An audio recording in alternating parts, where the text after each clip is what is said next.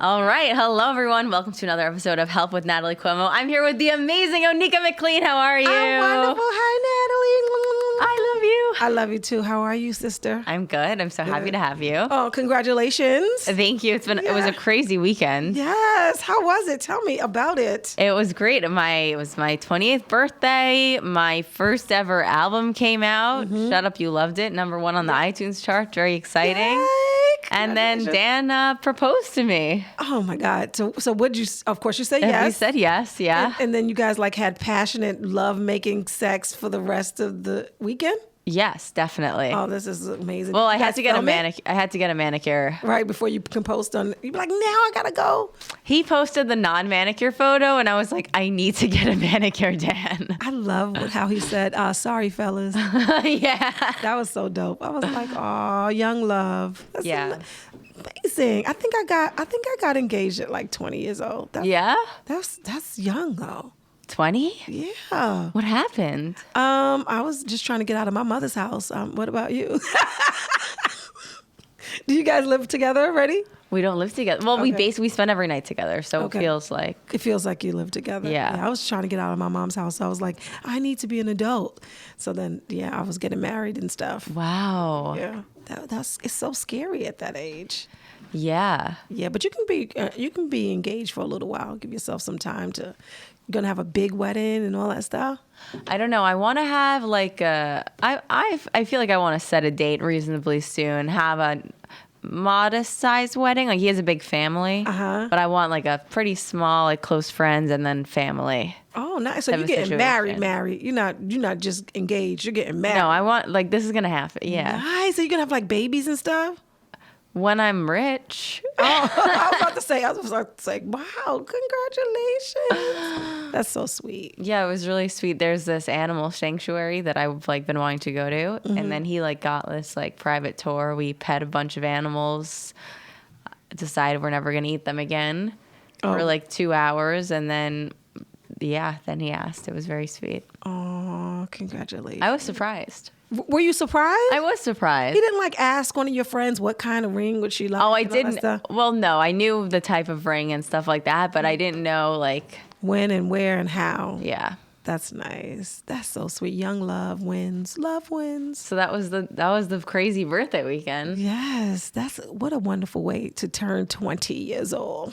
28. 28. 20 would be crazy. I thought you said 20 Really? in my brain. Wow. I kept saying, I look God, you're young? so young. No, I didn't get married at 28. I got married at 20. Yeah. How long did it last? 17 years. That's amazing. No, it wasn't. It was bad years. Just because this lasts a long time, don't be. Sometimes you're just forever enduring of stuff. No. What's your relationship advice? Love yourself. Yeah? Yeah. You know when people say, oh, how can you expect somebody to love you if you're not loving yourself? And people would say that to me all the time, like, love yourself. You have to love yourself. And I never knew what that meant. But it's just treating yourself how you would have your ideal person to treat you. Meaning, be honest with yourself, give yourself time. Like, don't gaslight yourself. Just really look in the mirror and figure out ways to love on you and do those things. Yeah. Because it's the same thing with love. The reason why you start loving people is because you start focusing on them. Right. And then the things that they do and you like it. And then it's like it's a fixation on them. And then eventually you have all these feelings inside. It's the same thing that you could do for yourself. Really? Mm-hmm. Do you feel like, okay, so just make sure you keep the love for yourself alive while you're keeping it alive for another person. Yes. You first. Wow. And then, because they're going to treat you how you treat you. Not how you tell them to treat you. If you're like, I need you to do this, I need you to do that. But if you're doing those things for yourself and you're like, no, it's my time. I got to go get a massage. That's my Wednesday massage time. I use that time to connect to the snow. They will respect it, and then they will do the same thing accordingly. It's the same thing. Wow. Yeah, it took me so long to learn that. That's amazing. Did you find that you found like another relationship after the 17-year? Did I find another relationship? I found several relationships, but I was not in the best headspace in order to make those relationships like work. Yeah. I've been on this self journey for a really long time, and I'm just finally getting it. You know, like where I don't have to be self-sacrificing in order to love somebody, because I would just give, and then I didn't really have anything left. So I would see relationships as, oh God, more people to give to. You know. Right. And it doesn't it's have not to be really that. It's not that at all. Actually, it was only like that because that's how I was perceiving it. That makes sense? Yeah, of course. Yeah. Wow, that's such good advice. Yeah. That's amazing. Yeah, I think that you're doing well. Ah. You know what I'm saying? I feel like you're doing well. Thank you. Like you take your career serious. You're doing the tats. You're doing the touring. You're doing the album. You're doing the things that you set out to do. I think that that's so important. Thanks. Right? Yeah. You feel proud of yourself? Yeah, I've still a lot to take in at once, especially because you're also taking in, like, you're taking in your own experience, and then you also take in everyone else's response to your experience. Yeah. And I'm almost like, I just want a few days to just like be with no social media, no people. Just give yourself a minute. Yeah, but I feel good. Yeah. I definitely feel good. I was sick for for like a week, and I was like laid out. We were trying to get together. Yeah. And it was really like no social media, and I just laid down, and I was like, damn, I have not chilled in the last 7 years. Yeah. Like that's a long time not to That's chill. 7 years of not, what did it feel like? It just felt like, damn, I've been running from myself. That's how I felt like I've been running from myself, because I'm like, okay, and I'll take this show and I'll do this and I'll do stuff in the daytime and I'll do stuff at night. And then I was like, why am I going so fast? Like, why don't I just enjoy this for a moment? Because I was even laying down, I was sick on my deathbed, girl. I was still like, and you need to take the SMS and you need to have an email list and you need to do a text message list, and you didn't do that. And I was saying all these things, and I was like, or I could just chill. Yeah. So that's 2023 for me. I'm going to be more strategic and chill some more, because I work in comedy like if I don't work in the daytime. Yes, you do. You work hard. It's a lot, right? It's Yeah. a lot of running, but And sometimes you feel like you're like, why am I feel like so anxious about, like, my work ethic has always been very anxious and fast paced, which I've always known I wouldn't be able to keep up with. But then when I try to slow it down, it feels wrong, because I feel like I've had success with that work ethic, but I know that I need to slow it down. So when I'm not working, I'm like, this feels wrong. Yeah. If that makes sense. yeah, but it's kind of a gaslight, because Yeah. it's like this. I know that they have like a lot of stuff on TikTok talking about soft life, and you can kind of just be soft in your accomplishments. You can be soft in the grind. You don't have to like kill yourself to grind. And I guess we've learned grind culture from social media, Yeah. right? Because where do we learn it from that we feel like every day you got to be on? That's not even, Right. That's not real life. it's not realistic. Yeah. It's I feel like as women, Yeah. we feel like we got to prove some stuff. And then just as comics, I feel like comedy, our art form, we're always trying to show people like, this is art. Look how smart and bright, and look how I think so differently. It is you stand there by yourself. You have no choice but to kind of like deliver. Yeah. You're funny or you're not. Funny or die. Yeah. We kill or we be bombed. Like everything is so immediate in comedy. I feel like we're also so reliable on an audience, and that makes it so stressful, because you're like, I have to keep an audience in order to be able to keep doing what I'm doing. Like if I was a painter, I'd be like, fuck everyone, I'm just going to paint. And if people want to buy my paintings, whatever. You get to unplug. You get to unplug from the immediate gratification. Yeah. Right. Other art forms. Even in acting, you get your scene partner and you can kind of like go into a mode with them or whatever. And you can get lost in it. I haven't found a space in comedy where I've gotten lost in it, but I want to see it as more of an artistry as opposed to a work. Yeah.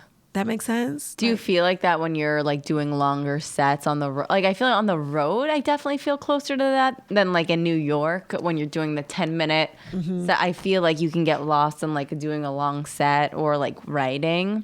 But otherwise, I feel like, you know what I mean? When I'm on the road and I'm doing like an hour, I feel you can settle down, but I'm high energy all the time. Yeah. So oftentimes I'm not sitting. I just want, and then like if I'm at like my 40th minute, I'm like, do not repeat a joke. Like in my brain, I'm like, do not repeat a joke. And I'm like, did I ask you guys if you like dogs? yeah, but I do love longer sets, and I do feel like you can settle in. But still, even when you're on the road, Nat, if you think about it, we're still get to that hotel room, go to the next set. I have to rest because I have to make sure that I'm on For 7 o'clock, then at 9 o'clock. Yeah. Yeah, it's not as. I'm going to try to make it more artistry for myself. Because I feel like your art can be whatever it is you need it to be, and so I'm just trying to get away from that whole mindset of, when you talk to a comedian and you'll say, "Hey, what's going on?" and they're like, just trying to get to to fame, trying to get, it's like, yeah. Or they're listing off like the accomplishments from the last week, and you're like, like so many times Dan and I will be driving to the stand. I'm like, all right, what am I gonna say when people are like, what's new? Like I hate having to answer that question all the time. Or you can say nothing. I'm like, I'm good. I just hate having the same. How are you? Good. I'm good. How are you? Good.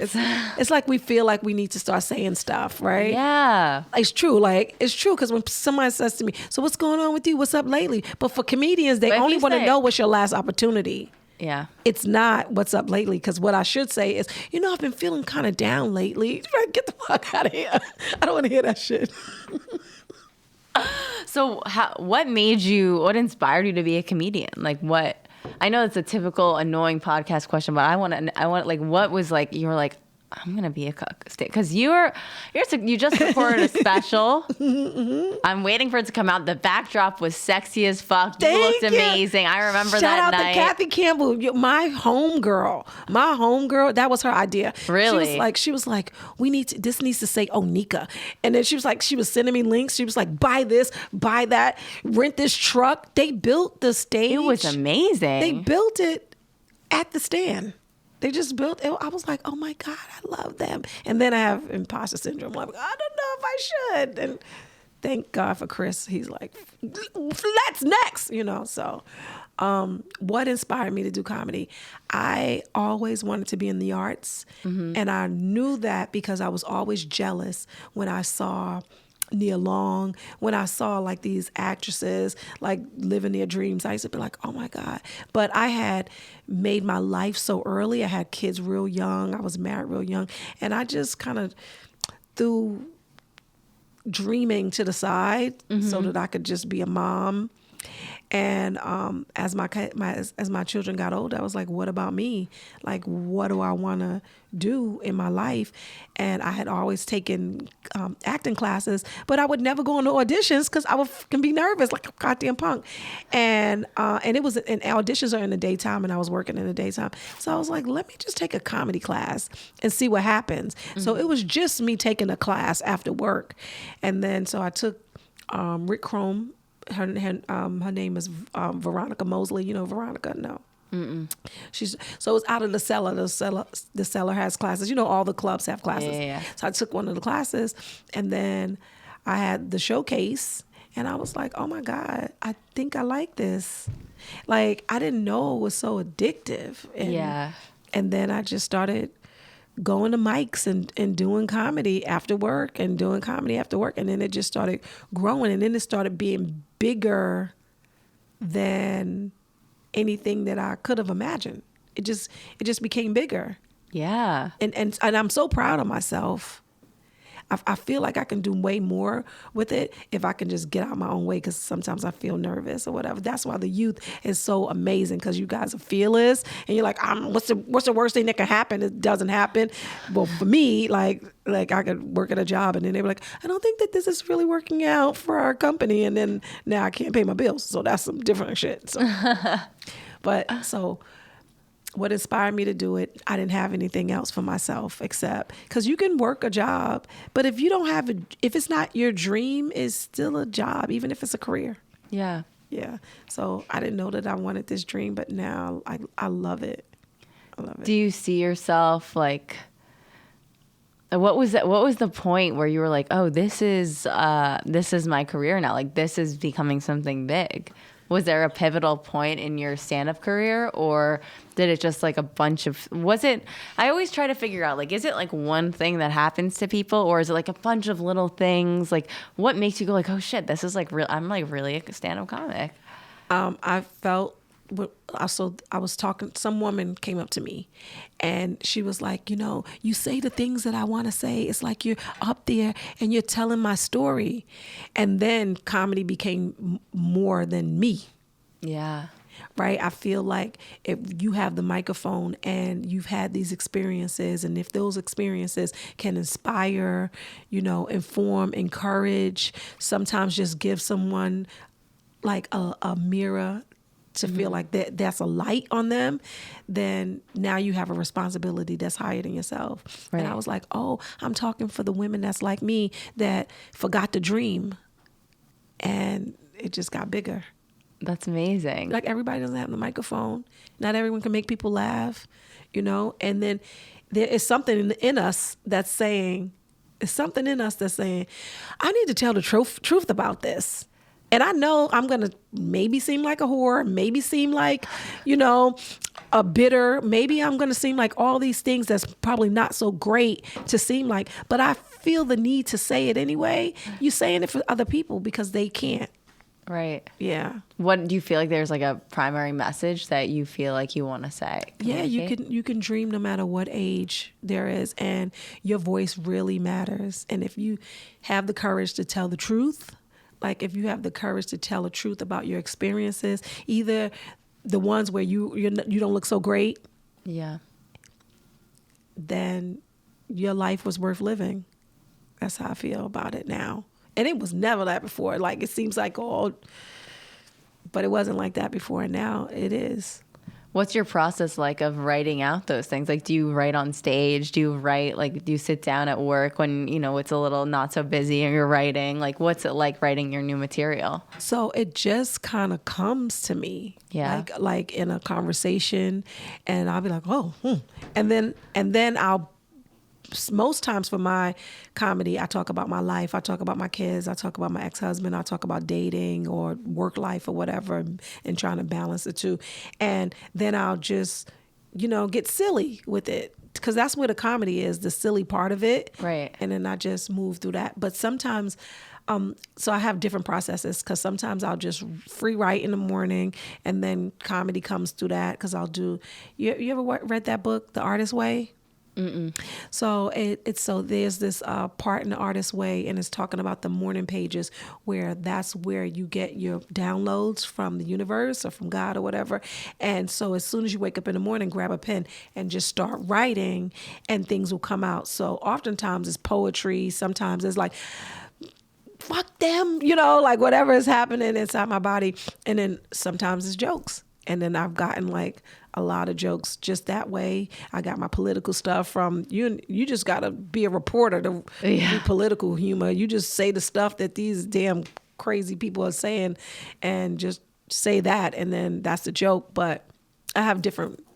I don't really write on stage. I write freehand, and then if something happens, I'll doodle it inside my phone, and then I'll try it on the stage. I always try it on the stage. Every time I've tried to like write something on the stage, it doesn't work. But I'm a good riffer. Right. Yeah. But I don't. That's in the moment, though. Yeah. I don't use those jokes like later. They never work anyway. You ever riff something, and then the next time you're like, duh. And everyone's like, that's not funny anymore. You're like, oh. You're like, that was funny in the moment. You had to be at the last show. That part. So talk to me about like your special and why you're feeling I remember being there that night, the feeling, everyone was so excited. Yeah. And I also struggle with like imposter syndrome and feeling like maybe something's not good enough, especially in a world where we get negative comments and there's negativity, and we're already Shout out to the internet. Right. We already have such negative voices in our heads. Like, how do you deal with that, and what is that like for you? Being honest about it. Because once you say it, right, it takes a little bit of the steam off, right? The sting out of it, at least. So I just try to be honest about it. And then I'm like, well, I'm experiencing this. I don't feel like it's good enough. Everybody's like, what the hell is wrong with you? You sound crazy, blah, blah, blah. But I know, you know what it is? You know what you're capable of. Yeah. And for me, if something didn't come hard, and that's a bad way to be, if it didn't take me like blood, sweat, and tears to get it done, then I don't really value it as much as I should. And that's crazy, because that's a bad mindset. Everything does not have to be hard. Right. We're so used to it. And sometimes with your material, it's harder than you thought. I mean, it did come with blood, sweat, and tears, you know? Yeah. Like, maybe the process of filming the special was easy, but writing that whole hour, I mean, that's blood, sweat, and tears right there. Those are late nights. It was a late night. So you have to give yourself some credit for that. Yeah, I need to. Did you come with some best advice you ever received? The best advice I've ever received. I thought we did that up top, but okay, I'll give you. I want more. The loving yourself, right? The loving yourself, though. That was the best advice. But now that you're about to be a married lady, crazy.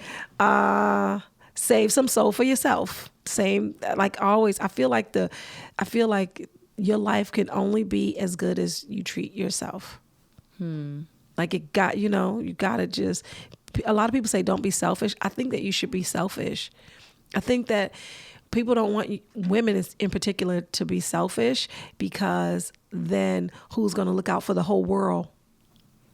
You know, I feel like being selfish is a good thing. Like, just what they say is, my cup runneth over. Ayala said this. A lot of people said this.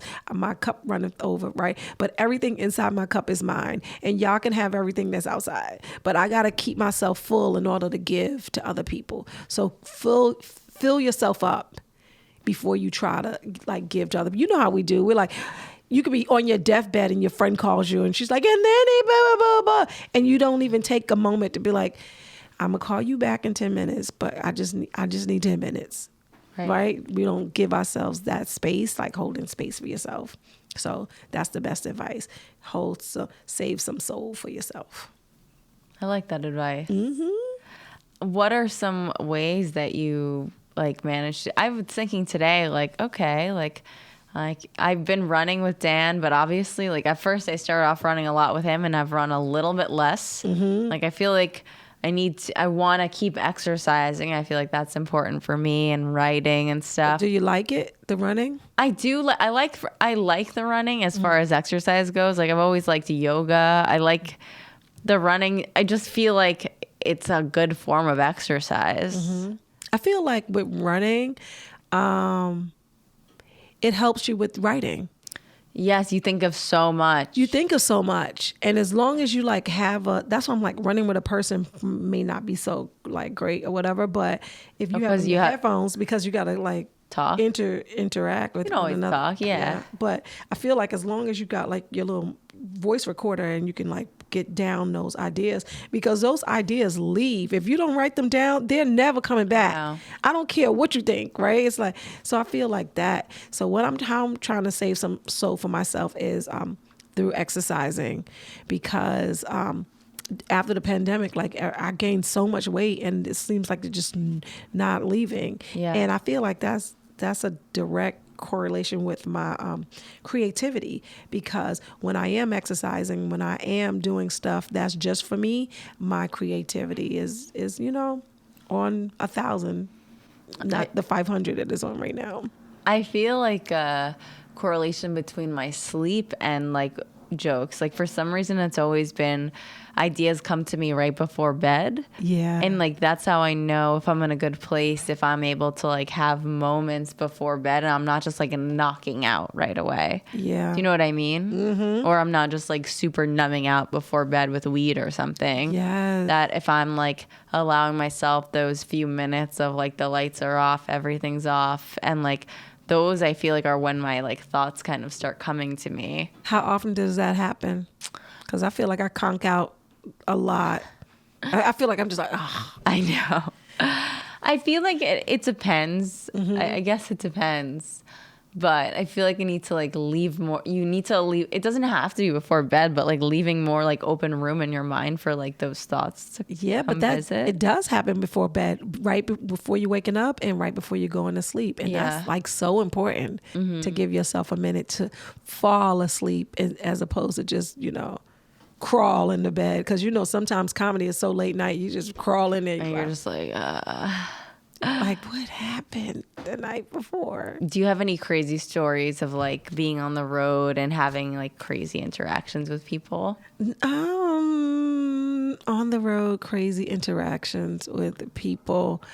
Oh yeah. So I was in Baltimore, right? And I was, shout out to Rodney Perry. So I was in Baltimore. I was featuring for Rodney Perry, and it was this guy that came, and you know how people pretend like they know you, and being that you're like in the entertainment business, you think you know them maybe, because I don't remember anybody, right? And so some guy like came into the dressing room. And he was like, "Oh, Nika," he was saying all this stuff, acting like he knew me, and I was like, "I guess I know him." And he was selling like water, like he had some kind of like water company, and he was like, "Okay, so we want you to just," like he kind of like forced me to do a commercial for his water company, but it just tastes like tap water. Like I didn't know. Like I think he just had a bottle. It was like a crazy man. But I was trying to be so polite that I drank this man's, I don't know if it was real water, but it was and I drank his water.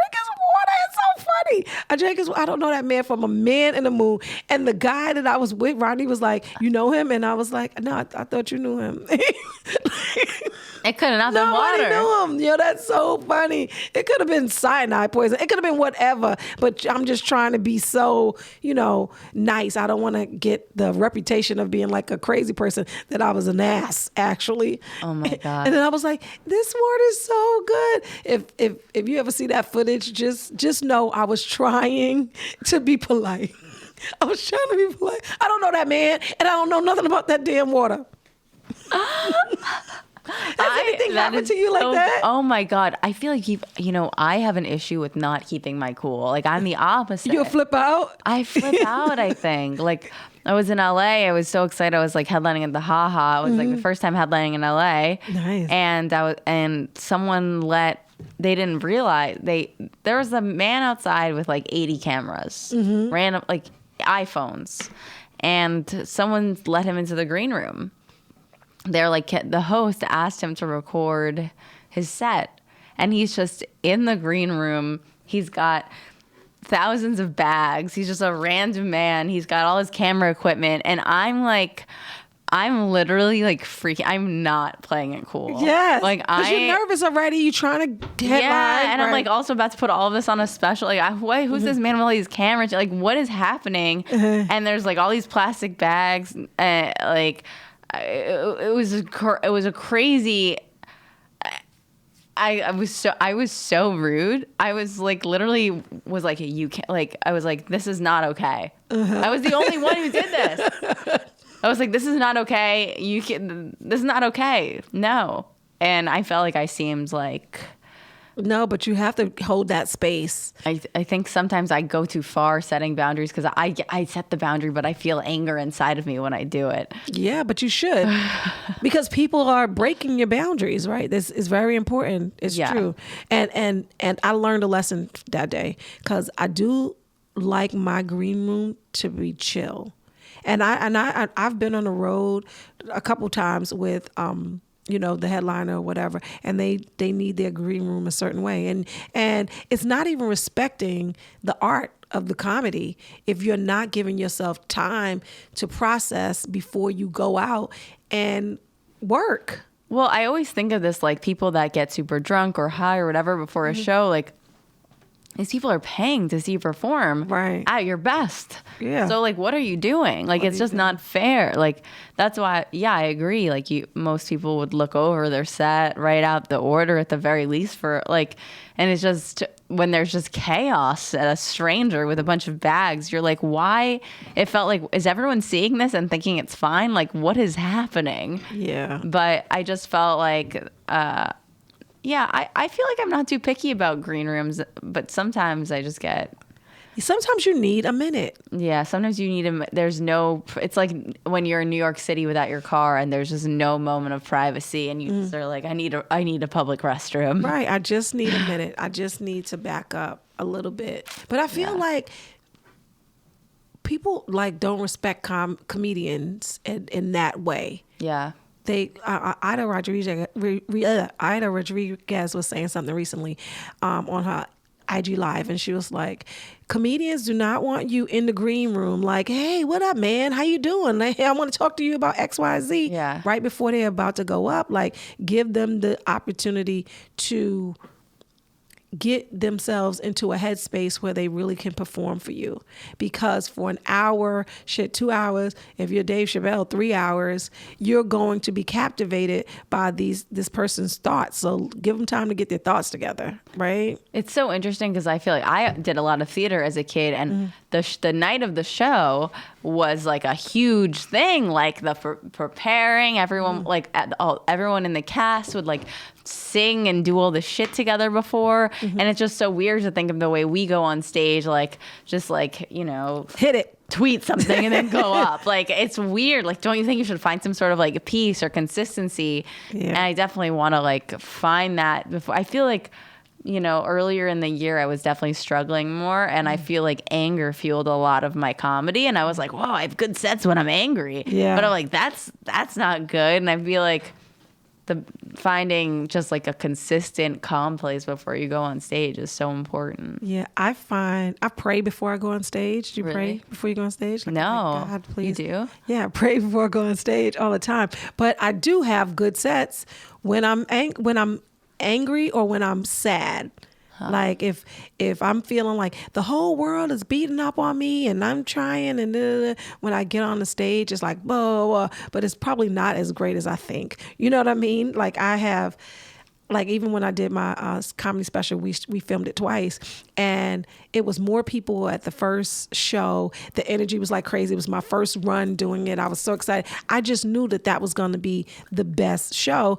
But the second one was way more clear. It was way more poised. It was, you know, I gave myself the space to really deliver the jokes and give yourself a moment to do it. And it was way better watching. And I had no idea, because the way you feel about it is totally different than what the delivery is. You're like, that wasn't amazing. They're like, actually, it was rushed. Do it again, you know? So yeah, it's true.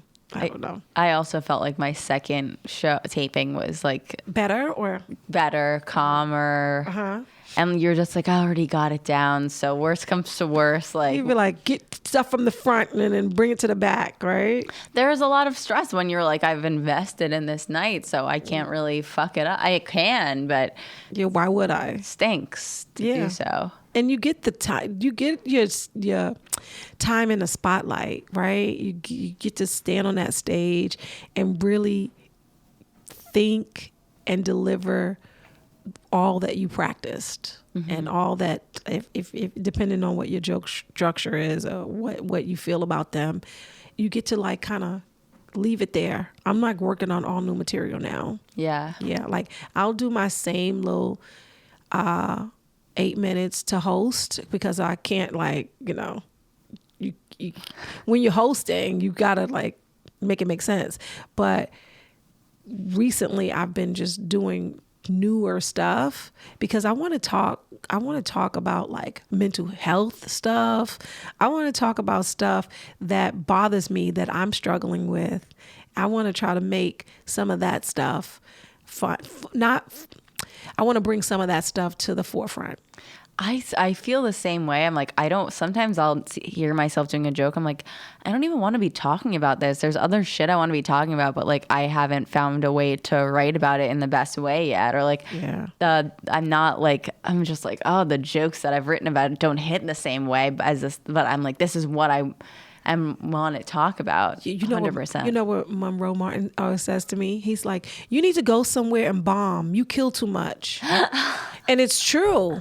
There's a thing, right, Brian? Like there's a thing where you can get addicted to the laughs, so you'll say what you need to say to get the laugh. That's not my problem. No. It's not a problem, right? But I want to say more stuff. Yeah. I'm ready to say more stuff. Like I want to talk about like how I sabotage relationships all the time, romantic ones, because I'm afraid to give up my closet space and my freedom to just bask. Yeah. Like I want to talk about that. What do you mean your freedom to? Because everyone's relating to it. What do you mean your freedom to bask? It's like just because it's like when you're in a relationship with somebody, you have to share your space. You have to consider them.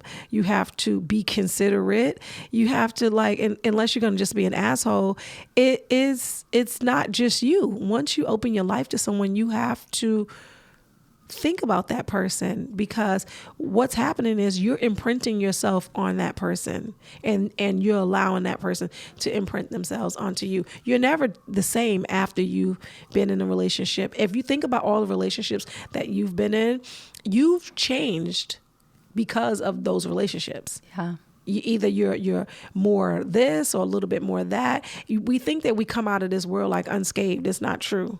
And so I want to talk about why I'm still so afraid to really come in the room and be like, that's my boo. And then so many other women that I see, they have a new boyfriend every 2 weeks. And I'm like, how could that be? Not me. Like I have friendships since 4th grade, and I can really maintain, for the most part, healthy female relationship friendships. But in relationships, I'm always like, I'm feeling like they want to put me in a trunk, and not literally, but I like emotionally put me in a trunk and drive me around to be the thing that they want. And it's not true. I just told myself that, and then I just live my life like that. But I don't want to, but I want to talk about it on stage, because I know a lot of women that do that.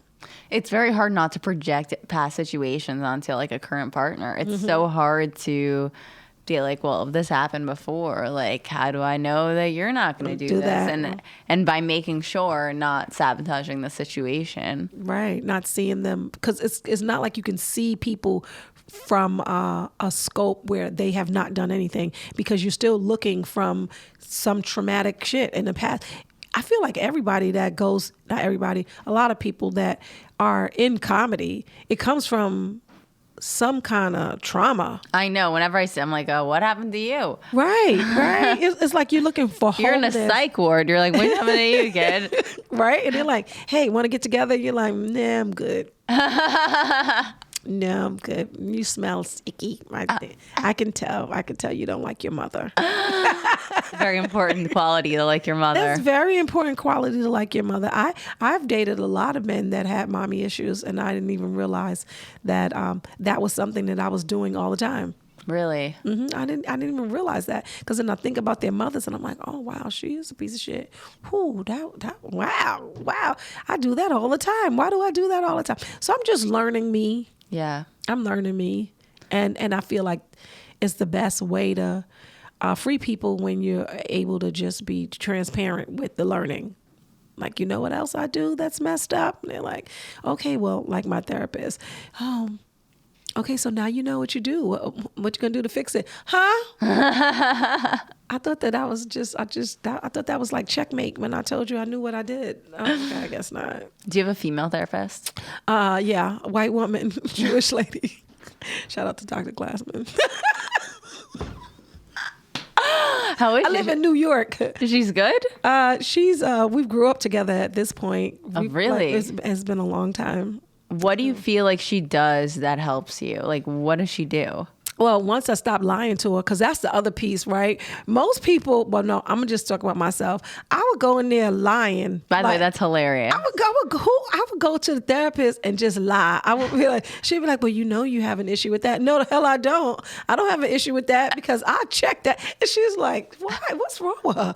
Right. But in my mind, I was like proving to someone that I was better off emotionally than I actually was. Right. Yeah. What did you gain when you started to like tell the truth? Real freedom, right? Because I mean, I just oftentimes I would like cancel sessions. Like if she gave me something to work on, I would cancel the next session because and I would come the third time and then try to have a whole other, psychotic break so that I would. It's not so. That's some sick shit. I would do that. Wow.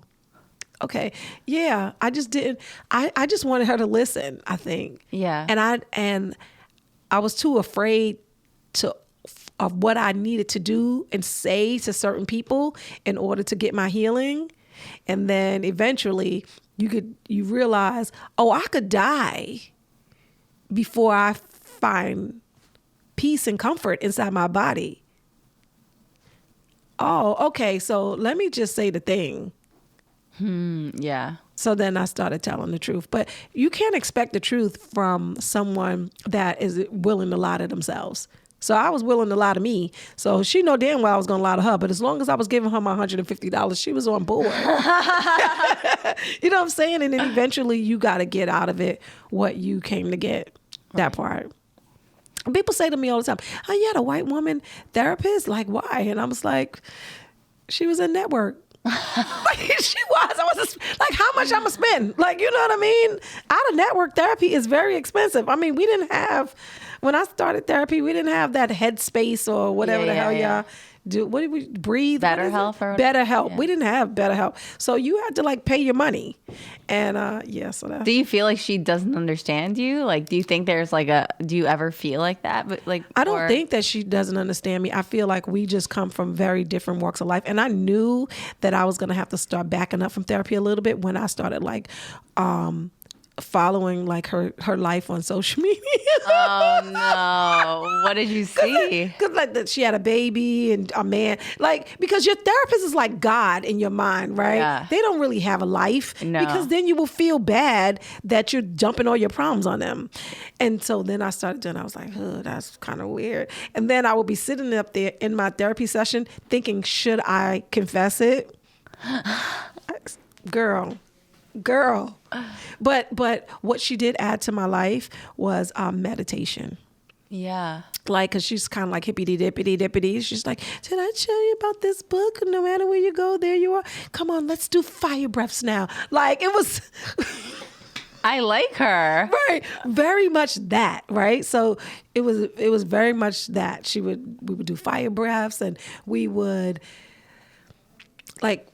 breathe. Do you talk on stage about your Jewish white lady therapist? No. It's so funny. That's so funny. I don't talk about Dr. Glassman. And let me tell you something. My friends should be trying to say, yeah, how long are you going to listen to Dr. Glassman? Like eventually, they used to get sick of it because like now she was like, it's like when someone says my therapist said, it like trumps the conversation. You know that, right? Now people use it all the time, like, because I'm in therapy. But I was in therapy when therapy was not a thing. Like when I first went to therapy, it was because my first time going to a psychiatrist, they tried to give me like a Prozac something because I was depressed because I found out that my ex-husband was cheating on me.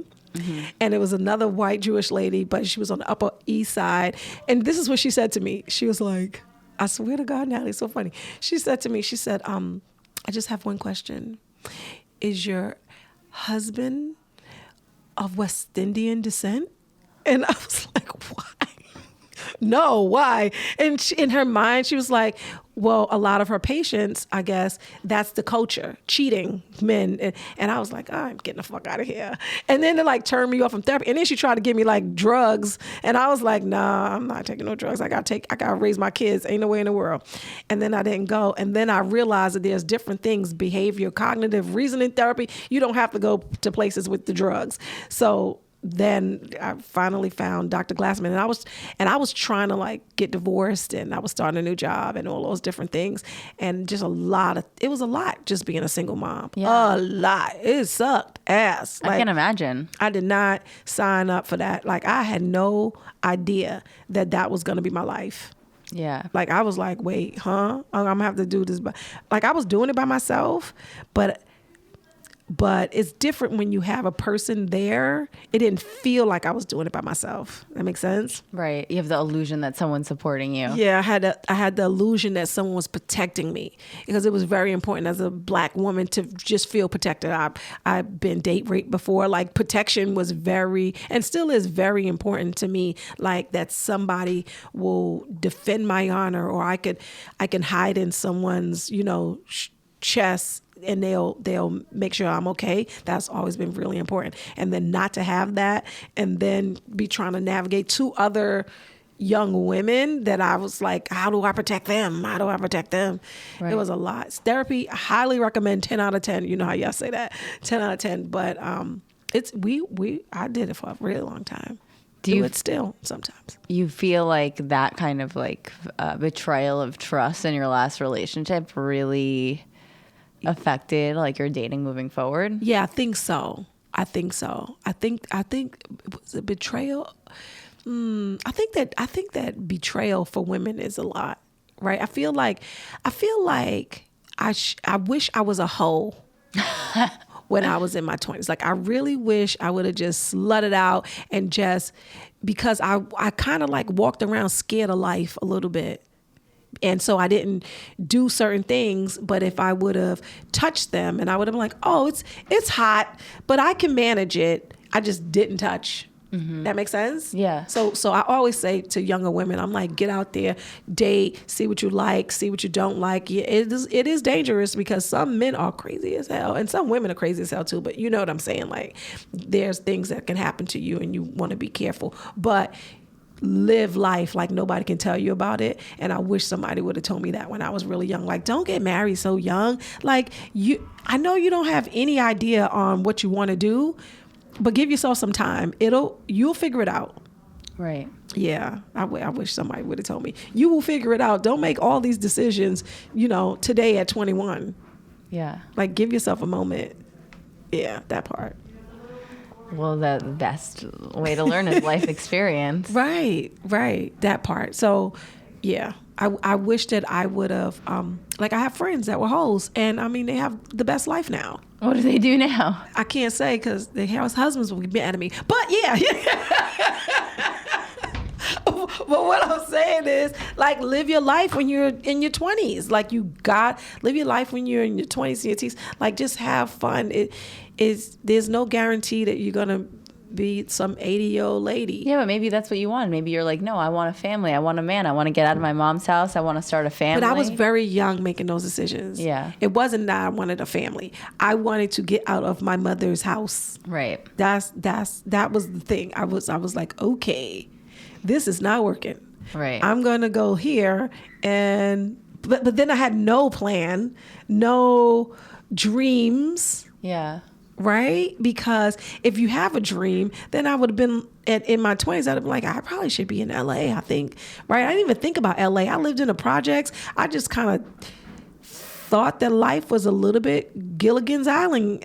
Like, you really can't get out of here. So you better make the best of it. Right. And that's because I didn't give myself an opportunity to mature. Because now you be like, oh, you could live anywhere in the world. You know that, right? Yeah. And how does that feel for you? Like, that you can live anywhere in the world?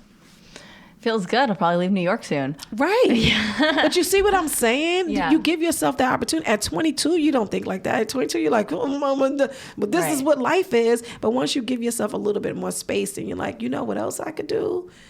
I could do this, or I can just flip this whole thing and not do any of this, and I can do something else.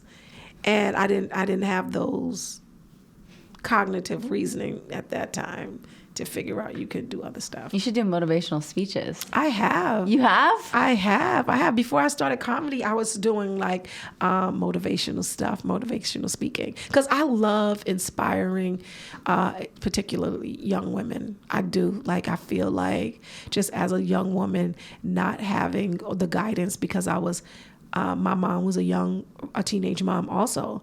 And so we kind of grew up together. I feel like as a young woman, just having somebody impart some wisdom, even the stupid stuff that you've done, and somebody says, nigga, that's ridiculous. Like, at least you know it, so you can make a more educated decision when you think about your life and where it's gonna go. I love that. Yeah. Oh, I love y'all though. Like the comedian, the young women. In my mind, I'm always saying, and she's only this. Look how she knows what she wants to do. Isn't that amazing? I'm always saying that to people, and it's like I love seeing that.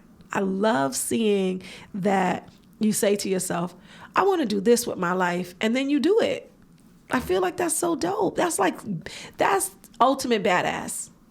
That's like the ultimate badass. Not even the accolades, not even all the television stuff that's coming in the future. Just right here in this moment, you're doing exactly what you want to do. I feel like that's dope. Thanks. You're dope. You're awesome. You're dope too, boo. I love you. I love you too. All right, this is a good time. I always pull a tarot card on my deck. Oh, I mean, yes. a tarot on my podcast. You know what I'm saying. Come on. Because I've been listening to a lot of them on YouTube lately. Oh, really? Uh-huh. Do you want to shuffle the... Let's do it. Oh, shoot. I picked the Disney villains. I thought that would be fun. Don't give me no damn Ursula or Cruella. Somebody black. There's only one. There's only Tatiana, right? Tatiana. Is there any Disney? I don't even know who's in this deck. Wait, let me see. You see how small my hands are? I can't wait. Wait, okay. It's not. Yeah. They're not doing it. Okay. They're doing You know good. what I used to do when I would shuffle cards? I would just spread them all around and then do like that. Was this bad? Oh, that's good. You can spread them all around. Okay. I love it. Okay. Let's. That's perfect. I like purple. Is the camera in a good spot? No. Touchscreen on the back?